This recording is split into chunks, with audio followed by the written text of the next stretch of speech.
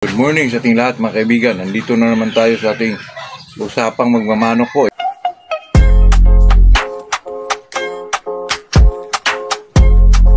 Ito'y talagang enjoyment lang mga kaibigan. Libangan lang natin bilang isang magmamanok po.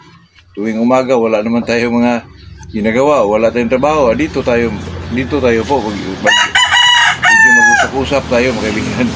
Usap-usap. Bago tayo mag-umpisa sa ating topic po ay shoutout muna tayo kay Jerry Bawiga at saka sa Bawiga family, si Gigi Sanchez, G. Castillo, Rome, Italy, G. Anacion, Pasig, si Rune Sid, ano ba to? Rune Bantilan, Mark Lester Hura, Ilbert Mojado, at saka si Robert Mojado po. Magandang umaga sa ating lahat mga kaibigan. Talagang enjoy po ako, lalo na pagpa-shoutout tayo mga kaibigan. Pag-usapan natin mga kaibigan ay ano lang po, ay talagang may nagtanong lang talaga sa atin mga kaibigan. Pero itong nagtanong na to mga kaibigan ay medyo ano na talaga, ano ba ang magandang pangatawan ng isang panlaban na manok? Ito bang bilog o pahaba? Kasi dalawa lang naman yan talaga mga kaibigan. Medyo may mahaba yung katawan o medyo bilog. Dati mga kaibigan, yung mga time pa ng mga 80s, 70s, gusto talaga ng mga taong sa bungiro, gusto talaga yung bilog. Lalo na pag wala talaga makapal ang buto dito mga kaibigan. Ako, tuwang-tuwa po sila doon mga kaibigan. Pero yung medyo lumalalim na yung sa sabong mga kaibigan, maabot na ng 90s, 2000, medyo nag-iba po ang medyo mas gusto na ng mga sabungiro na medyo mahaba ng katawan ng kunti at saka may mahipo ka talagang buto dito mga kaibigan. Kasi alam mo po, pag medyo bilog yung katawan ng isang manok, sabi lang naman ito ng mga eksperto mga kaibigan. Ito naman sa atin naman ay talagang narinig din natin na matagal daw makaliso mga kaibigan. Matagal makaliso yung medyo bilog, di katulad yung medyo mahaba yung katawan. Talagang madali lang makaliso po, madali lang makasunod mga kaibigan.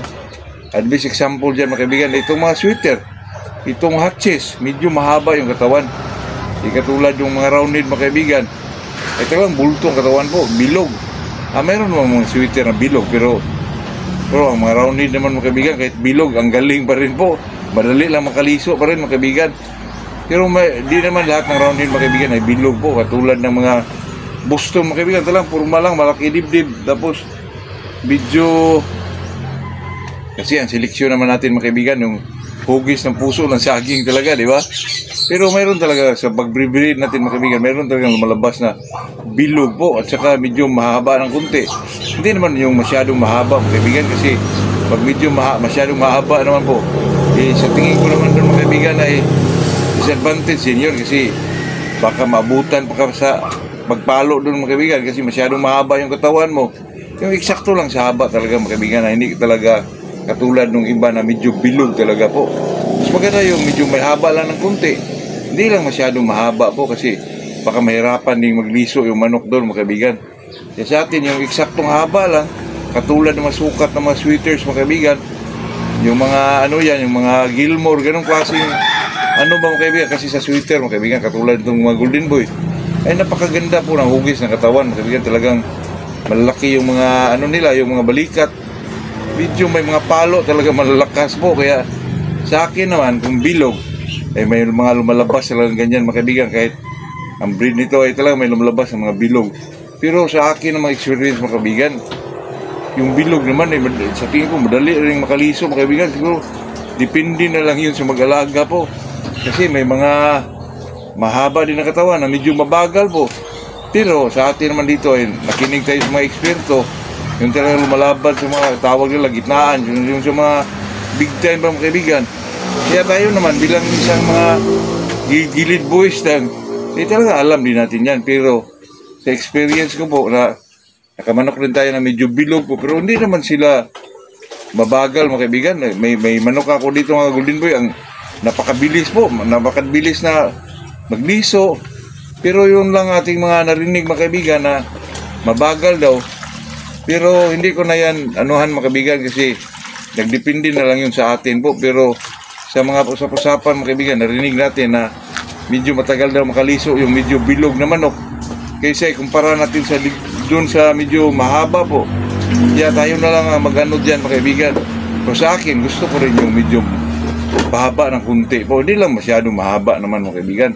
Nagdepende na lang yun sa atin. Pero pag talagang hinahanap natin yung broodcap talaga, o broodstag man, doon tayo sa medyo normal lang talaga, yung medyo mabalikat, yung hugis puso ng saging, yun talaga ang hinahanap natin mga kaibigan. Kasi doon tayo mag-ano yung mga offspring nila, doon natin makita yun mga kaibigan. Katulad yung palabas natin ng yung golden boy. Naku, napakaganda ho ng mga katawan nila mga kaibigan. Kahit i-cross mo dyan, lalo na pag ma-cross mo sa mga rounded, sa mga axis, ay talagang lumalabas po yung mga palo. Yung golden boy ko nga mga kaibigan, ay cross natin sa 5K. Naku, super mga palo po, kaya medyo natuwa tayo. Ganun talaga yun mga kaibigan. At saka ito naman nagsabi sa atin mga kaibigan na nagpahulog daw tayo kahit wala tayong lugar o area. Naku mga kaibigan, ilang bisis na po tayong nakapagbigay ng manok. Depende kasi yun sa nag-alaga po. Kaya sa atin dyan, depende na lang yun sa inyo mga kaibigan. Sa nyo po, pag-observe mga kaibigan. Kasi yung mga ganong klase po, lalo na tayo, nakuha din tayo sa mga medyo legit na mga tao din, o breeder din. Pero magbigay tayo mga kaibigan, yun lang talagang napakamura lang po. Panggilid-gilid lang ang presyo mga kaibigan. At saka madali naman tayong kausap po. Saka hindi naman tayo stricto katulad ng iba mga kaibigan. Pakulugan nga natin. Ang entrance natin 500 lang kada manok.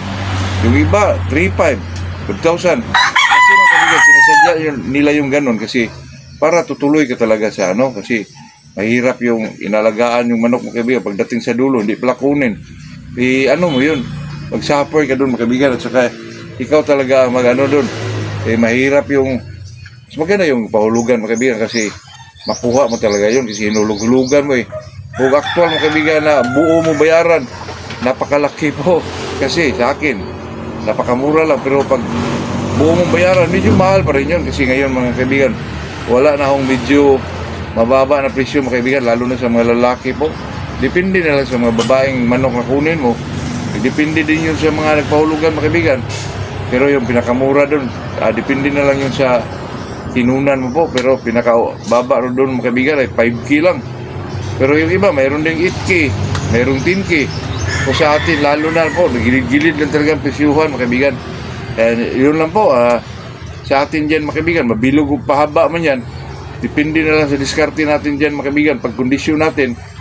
At saka pag bitaw natin kung ano yung makikita mo. At saka maayos naman yung pagkondisyon mo sa isang manok. Talagang may laban yan mga kaibigan. Depende na lang yan sa may-ari po. Kung paano niya gawin, paano niya obserbahan mga kaibigan. Pero sa akin, side ko po, gusto ko po yung medyo pahaba yung katawan para may palo naman mga kaibigan. Saka ayoko pong walang mahipo na buto dito mga kaibigan. Yung bilog talaga wala ka mahipo dito. Ayoko nung ganun mga kaibigan. Yung may mahipo tayong kunti lang po na medyo makita talaga natin may buto dito po. Kasi yun ang pinaka-importante mga kaibigan. Yung may mga buto dito.